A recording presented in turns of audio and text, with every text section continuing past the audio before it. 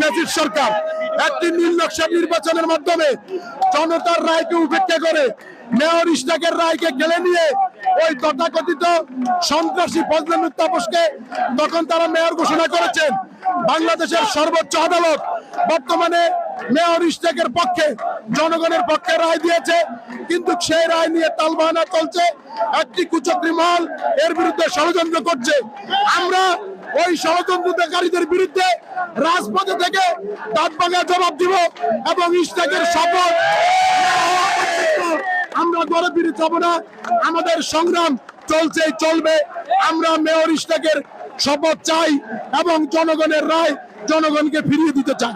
বাংলাদেশের সর্বোচ্চ আদালতের রায়ের পরে এরপরে তো আর শুনার কিছু নাই। এখন স্বাভাবিক প্রক্রিয়ার মাধ্যমে কাগজপত্র সকল কিছু রেডি। এখন ইশরাকের শপথ গ্রহণ হবে, তার আসনে সে বসবে। এটাই আমাদের শেষ ফাইনাল চূড়ান্ত। আজকের আমাদের বিক্ষোভ কর্মসূচি হলো এই সিটি কর্পোরেশন নির্বাচনের জনাব আলহাজ সাদেক হোসেনের উত্তরসূরি ইঞ্জিনিয়ার ইশরাক হোসেন আমাদের এই সিটি কর্পোরেশন নগর ভবনের মেয়র হয়েছে, রায় দিয়েছে কোর্ট।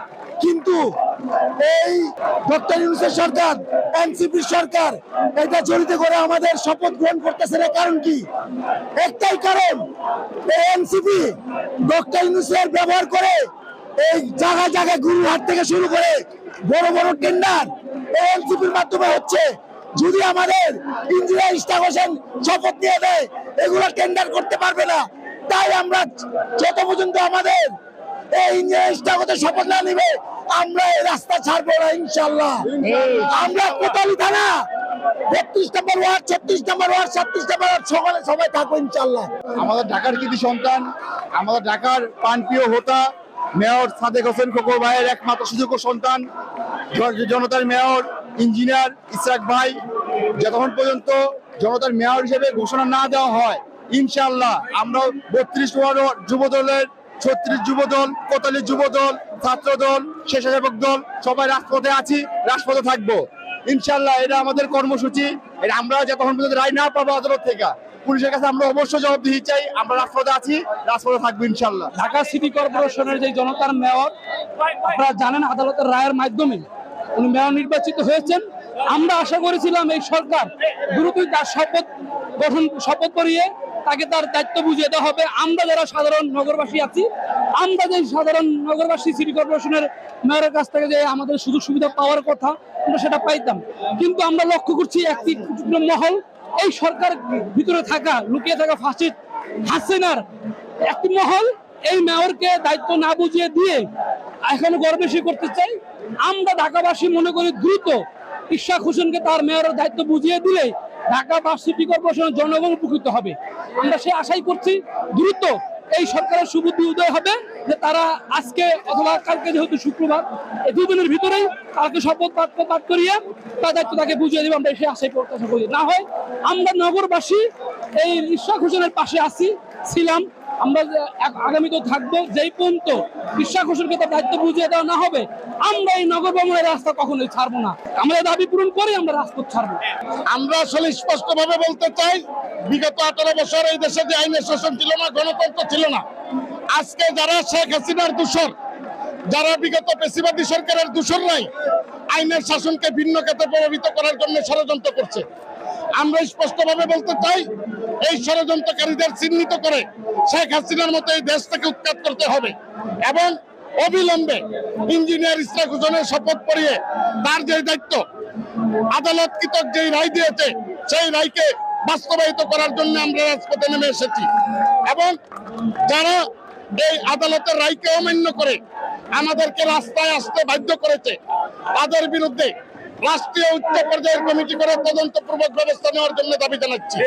ওনার বাবা ছিলেন বাংলাদেশের ইতিহাসে একজন গেরিলা মুক্তিযোদ্ধা, যিনি সম্মুখে থেকে ফিল্টার থেকে অস্ত্র হাতে তুলে নিয়ে বাংলাদেশকে স্বাধীন করেছিলেন এবং বাংলাদেশের অত্যন্ত জনপ্রিয় একজন ব্যক্তি। ঠিক তার উত্তরসূরি হিসাবে ইঞ্জিনিয়ার ইশরাক হোসেন বাংলাদেশের অন্যতম একজন জনপ্রিয় তরুণ নেতা হিসেবে আবির্ভাব হয়েছে। আমরা মনে করি ইঞ্জিনিয়ার ইশরাক হোসেনের যে জনপ্রিয়তা, তার সেই জনপ্রিয়তায় ভীত হয়ে কাপুরুষরা এই ষড়যন্ত্র করছে। এই অন্তর্বর্তী খেলার সরকারের যে উপদেষ্টা মণ্ডলী রয়েছে তারা চায় না যে জনগণের ভোটে, জনগণের রায়ে, আদালতের রায়ে যে সম্পূর্ণ আইনি প্রক্রিয়া শেষে আমাদের জনতার মেয়র এবং ঢাকা দক্ষিণ সিটি কর্পোরেশনের সকল স্তরের জনগণের ভোটে নির্বাচিত জনগণের মেয়র এবং আদালত থেকে স্বীকৃতি পেয়ে তিনি শপথ গ্রহণ করার জন্য এই নগর ভবনে এসেছে, কিন্তু তাকে কেন এই শপথ গ্রহণ করতে দেওয়া হচ্ছে না? অবশ্যই এটা অন্যায়। আমরা এর তীব্র নিন্দা প্রতিবাদ জানিয়ে যতক্ষণ পর্যন্ত জনতার মেয়র ইঞ্জিনিয়ার ইশরাক হোসেনকে তার পদে বহাল না করা হবে, মেয়র পদে বহাল না করা হবে, ততক্ষণ পর্যন্ত ঢাকা দক্ষিণ সিটি কর্পোরেশনের সর্বস্তরের জনগণ তার পাশে রেখে আন্দোলন সংগ্রাম চলমান থাকবে ইনশাআল্লাহ। প্রিয় ঢাকাবাসী, আপনারা জানেন যে বাংলাদেশের ঢাকা দক্ষিণ সিটি কর্পোরেশনের মনোনীত মেয়র, যাকে আদালত ইতিমধ্যে স্বীকৃতি দিয়েছে, এখন একটি কুচিকরি মহল আওয়ামী লীগের দূষর তারা উনার শপথ নিয়ে তালবাহানা করছে। তাই আমরা ঢাকাবাসী দলমত, জাতি, ধর্ম, বর্ণ নির্বিশেষে আজকে সকলে রাজপথে নেমে এসেছি।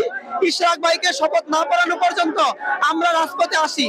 প্রয়োজনে আমরা নগর ভবন ঘেরাও করব এবং আমরা সকল প্রশাসনিক কাজ বন্ধ করে দিব। আমাদের প্রাণের দাবি, ঢাকার মেয়র হিসেবে ইশরাক ভাইকে অবশ্যই শপথ দিতে হবে এবং যেহেতু গেজেট হয়ে গেছে, আদালতের রায় দিয়ে দিছে, এখানে এটা তালবাহানা চলবে না। তাই একটি কুচিকৃ মহল এখনো ষড়যন্ত্র করে যাচ্ছে। আমরা সকল ষড়যন্ত্র নস্যাৎ করে দিয়ে ইশরাক ভাইকে ঢাকার মেয়র হিসেবে শপথ করাতে এই প্রশাসনকে বাধ্য করবে ইনশাল্লাহ। এই উপদেষ্টার মধ্যে এমন কিছু আওয়ামী লীগের দূষর রয়েছে এবং এই প্রশাসনের মধ্যে আওয়ামী লীগের কিছু দূষর রয়েছে, যারা তাদের নিজেদের স্বার্থ হাসিল করার জন্য ইশরাক ভাইকে মেয়র হিসেবে শপথ দিতে বাধাগ্রস্ত করছে। ঢাকা দক্ষিণের মানুষ ইশরাককে ভালোবেসে তারা তাদের অধিকার প্রতিষ্ঠার জন্য ভোট দিয়েছিল এবং স্বৈরাচার শেখ হাসিনার আমলে তার এই অধিকার তাকে ফিরিয়ে দেওয়া হয়নি, কিন্তু বর্তমানে আদালত তাকে বৈধতা দিয়েছে মেয়র হিসেবে এবং ইলেকশন কমিশন কর্তৃক গেজেট প্রকাশ করেছে।